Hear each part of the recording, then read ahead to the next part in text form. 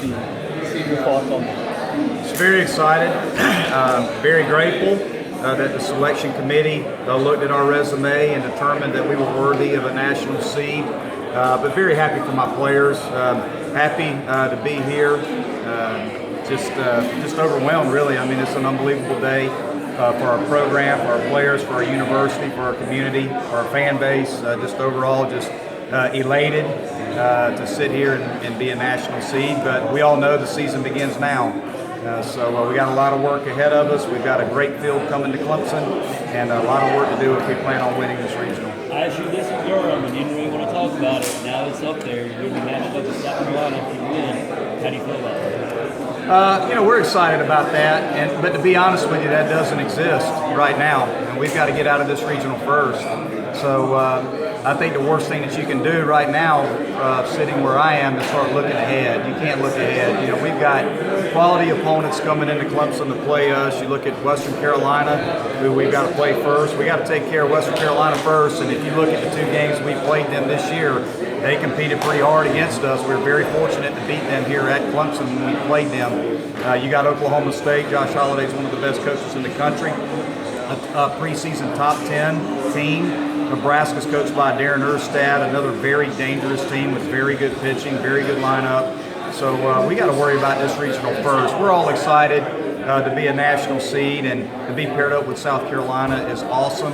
But we can't focus on that right now because it truly does not exist. We got to get through this regional first. What are your thoughts about playing Western Carolina? Team you're familiar with? Well, I think it's good for both teams. Just because we are familiar with each other, we do know a good bit about their lineup and their offense and some of their pitchers. So we do have scouting reports on them. So that's a good thing from both teams' standpoints. But you can also you got to look at it too as the postseason. Everything changes now. Everybody's playing for their lives. So it's going to be a tough battle for us. They've got a really good offense. They're very well coached, and they've got some good arms. And they're going to be excited. They're not going to feel any pressure coming into Clemson. They're playing with house money now. They're ready to come play. So we better be ready to go. Clemson has an unbelievable record in regional games that they've hosted, and you've had a great home record all season. How much of a comfort is that to know that you'll have the fans behind you? Well, we're really good at home, so it's only going to bring confidence to our ball club. We play well at Doug Kingsmore Stadium. We're going to have our fan base behind us. So I know our guys are excited about the opportunity, and we feel really good about it. But the excitement of the way you played your last 9 games, specifically the last 4. You want to be playing your best baseball right now? Do you certainly feel like that's the case? I think we are. We're finding ways to win ball games. Our pitching staff has done a really nice job over the last 15 games or so of the season.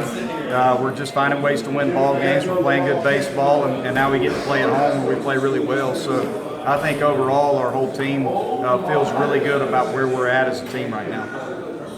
What about Pat Croft, the way you've used him this year? He started, he's been long relief, he's been closing out games. His versatility for this baseball team this season. He's an unbelievable competitor first and foremost, and he'll take the ball in whatever scenario we put him in, whether it's as a starter, reliever, long reliever, closer. He just does what it takes to help us win ball games and win series, and that's what he's done. And it's a heck of a bullet to have in your bullpen when you got a lead late in the ball game. You're going to get one of the best competitors in all of college baseball coming to the mound to win you a game. So very happy to have him. What was it like, watching the guys? Well, you want to live in the moment.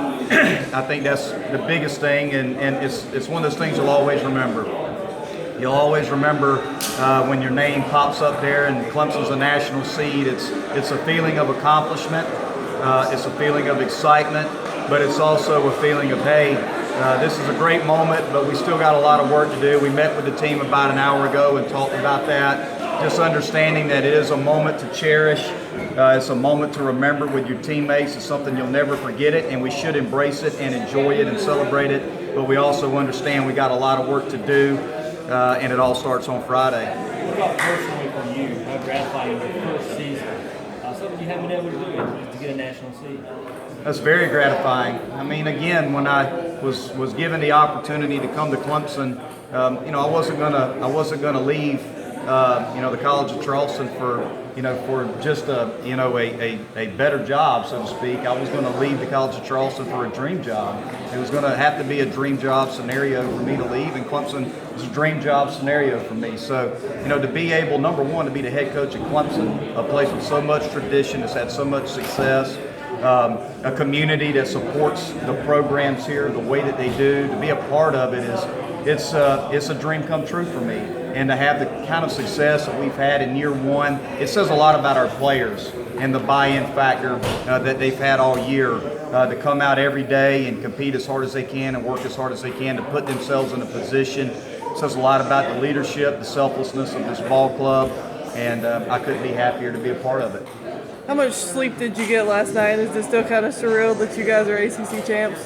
Well, I got home, I fell asleep and slept pretty hard, but then I woke up at 6:30 because I'm still on those breakfast club hours from the ACC tournament. We've been getting up pretty early and trying to get ready for the morning games that we had in the ACC tournament.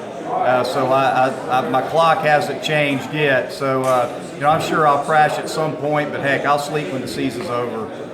It's too good right now. Every day is so exciting for us right now, and something that I want to enjoy and be able to look back and appreciate. So, but I tell you, we're battle tested. I don't think we're going to face anything moving forward that we haven't already faced. We just went through the ACC tournament on the road and won 4 games against 3 teams that are hosting regionals. So, our team is battle tested. There's nothing that's going to be thrown at this club that we haven't already seen. We're ready for it. What about this team's mentality?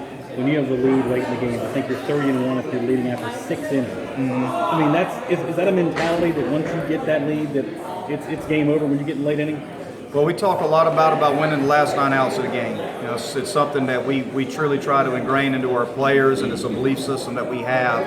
That the sign of a good ball club is a team that can win from the 7th inning on. If you got the lead, you got to hold the lead, and if you're down, you got to find a way to get the tying or the winning run up to the plate.